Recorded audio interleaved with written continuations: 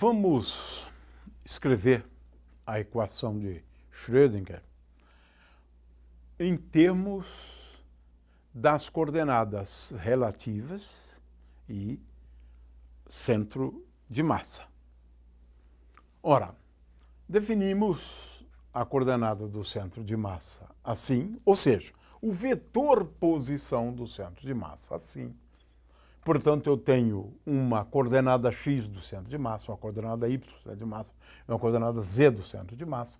E a coordenada relativa é igual a R1 menos R2, de acordo com este desenho aqui. Ora, a equação de Schrödinger,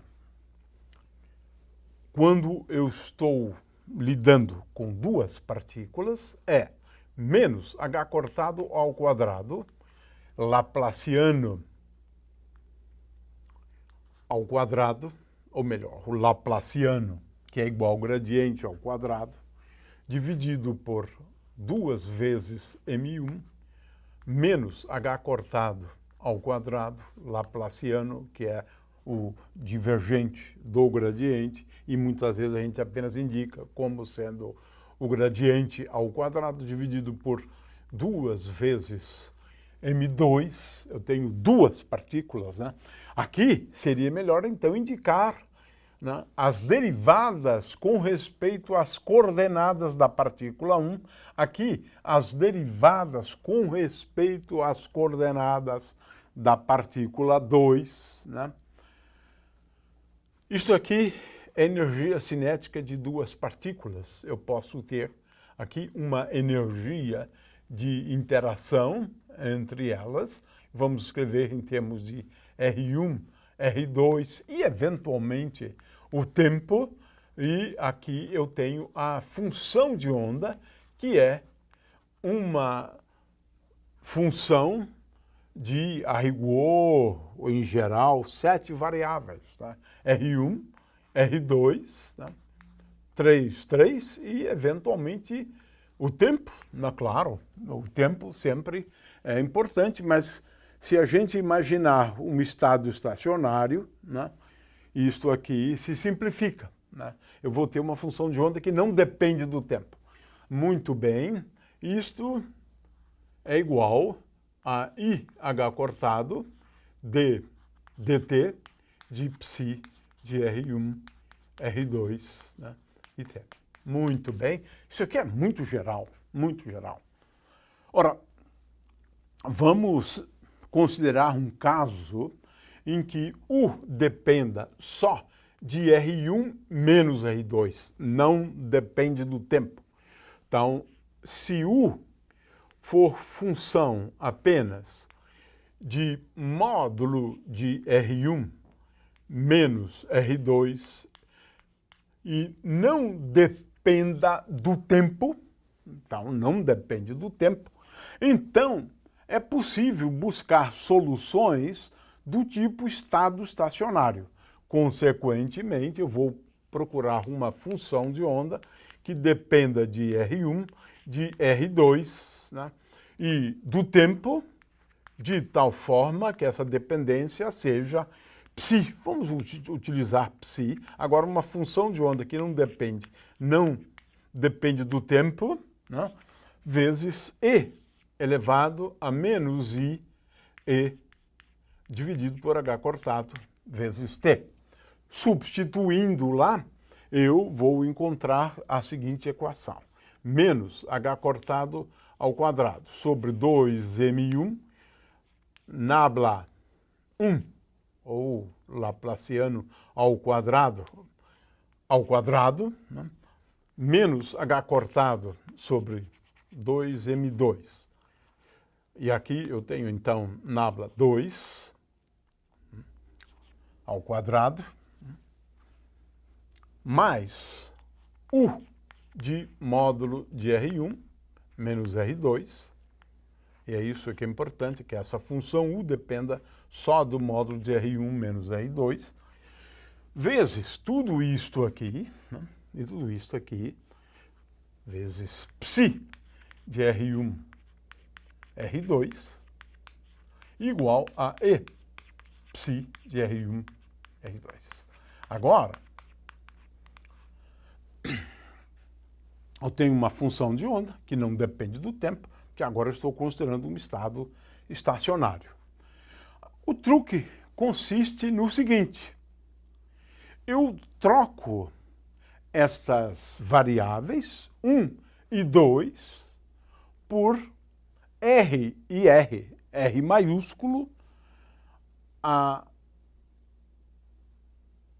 coordenada associada ao centro de massa, ou as coordenadas associadas ao centro de massa, e as coordenadas que muitas vezes nós chamamos de relativas, né?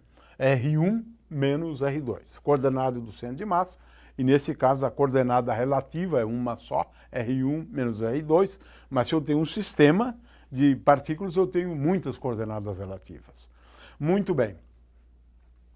Ora, é uma questão só, né, de fazer continhas, né? E nós vamos concluir, né, que este termo aqui, que é um termo que dá um certo trabalho, né, para se mostrar isso, mas é fácil, relativamente, trabalhoso sim, mas é fácil. É mostrar que agora esse termo pode ser escrito sob a forma menos h cortado ao quadrado sobre 2 vezes m, lembrando que m é a massa total do sistema, é m1 mais m2, né? M é a massa total. E aqui eu tenho derivadas, né, com respeito às coordenadas do centro de massa.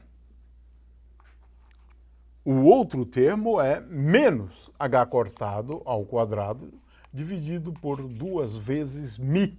Já vou escrever a expressão para μ. μ é a coordenada relativa. 1 sobre μ é igual a 1 sobre m1 mais 1 sobre m2. Né? O estudo de sistema de duas partículas, ele fica facilitado, né, pelo uso desse conjunto de variáveis, né, R e R pequeno, R minúsculo. E aqui eu tenho derivadas apenas com respeito a R minúsculo. Ora, qual é a simplificação, né, que a gente obtém? Né? É a seguinte: esta equação aqui, ela agora se escreve da seguinte forma: menos h cortado ao quadrado sobre 2 vezes m, e agora aqui eu tenho derivadas com respeito às coordenadas do centro de massa, e aqui eu tenho as coordenadas com respeito à coordenada relativa, ao vetor R igual a R1 menos R2, mais U, que agora é função só de R. É função só de R, é função de R1 menos R2, quando for este o caso. Senão, não é válido o que eu estou escrevendo. Mas no caso do átomo de hidrogênio, se ele não está sob a ação de forças externas, só a força de natureza elétrica entre o elétron e o próton, então isso aqui é válido. U de R vezes psi, e agora eu vou escrever assim, que é função de R e R, é igual a E psi de R e R. Muito bem. Onde está a grande simplificação quando introduzimos as coordenadas relativa e centro de massa? Ora, acontece que se eu tenho um potencial que depende só de R, então eu posso escrever a função de onda de tal maneira que psi de R e R seja dada, esta função de onda, seja dada pelo produto de E elevado a I P R. Quem é P? P é um momento linear total, de forma que aqui eu estou falando de uma função de onda associada ao movimento do centro de massa, ao momento do centro de massa, E elevado a IPR vezes, agora eu vou colocar aqui uma função de onda, vou continuar usando psi, que é função apenas da variável R. Ora, quando substituímos essa proposta de solução aqui, nós vamos perceber que eu tenho a energia como sendo dada por P ao quadrado dividido por 2m, m maiúsculo, que vem da derivada desse primeiro termo aqui, mas, né, então veja bem, eu obtenho essa energia mais uma energia que nós vamos chamar de energia de ligação. Vamos chamar apenas de epsilon. Ora, em termos da energia de ligação apenas, nós temos então uma equação que é a seguinte: menos H cortado sobre 2 vezes μ ao quadrado, e agora aqui eu tenho derivadas apenas com respeito às coordenadas de R, onde R é igual a R1 menos R2, mais U de R vamos escrever agora aqui como uma função de onda, né, de psi de R. Né. Mas, bom, eu vou a esse ponto depois, vamos manter psi de R desta forma. Né. Psi de R igual a epsilon vezes psi de R. Ou seja, eu tenho aqui a função de onda em termos das coordenadas relativas. E essa função de onda, ela satisfaz essa equação de Schrödinger. Quem é μ? μ é igual a m1 vezes m2, tá? Dividido por m1 mais m2. Ora, no caso do átomo de hidrogênio, como a massa do próton é cerca de 2.000 vezes maior do que a massa do elétron, então essa massa relativa aqui, né, ela praticamente, para efeitos práticos, o que eu posso fazer? Tomar, por exemplo, aqui a massa do elétron vezes a massa do próton dividido pela massa do elétron mais a massa do próton. Ora, isto significa que, como MP é muito maior do que ME, isso aqui pode ser aproximado por 1. Portanto, a massa relativa pode ser aproximada pela massa do elétron. Então, no átomo de hidrogênio, é legítimo substituir μ pela massa do elétron. É uma questão de aproximação. Se não, continuamos trabalhando, né, com a massa μ, né, a massa relativa. Né? Muito bem.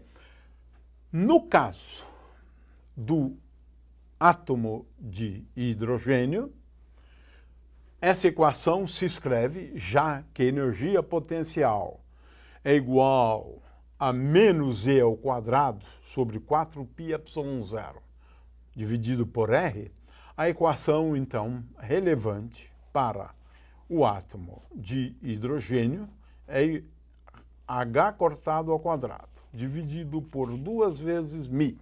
E esse μ, muitas vezes, eu posso tomar como sendo igual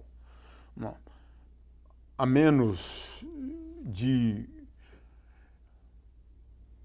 valores que são praticamente desprezíveis, né? Eu posso tomar como sendo igual a massa do elétron, como expliquei antes.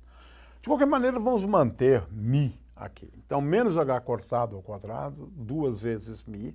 E aqui, então, eu tenho as derivadas segundas, né, com respeito à coordenada relativa, né, mais U de R. Mas U de R é igual a menos K, na nossa notação, dividido por R, psi de R, vetor, igual a epsilon vezes psi de R. E esta é a equação a ser resolvida para o caso do átomo de hidrogênio, onde K é igual a E ao quadrado dividido por 4π epsilon 0. Esta é a equação básica, a equação fundamental. Agora, o que me importa, porque eu já sei a solução envolvendo as coordenadas do centro de massa. O que me importa de agora em diante é só a solução em termos das coordenadas relativas, né? E essa é a equação fundamental para o átomo de hidrogênio. E vamos agora procurar, né, soluções dessa equação.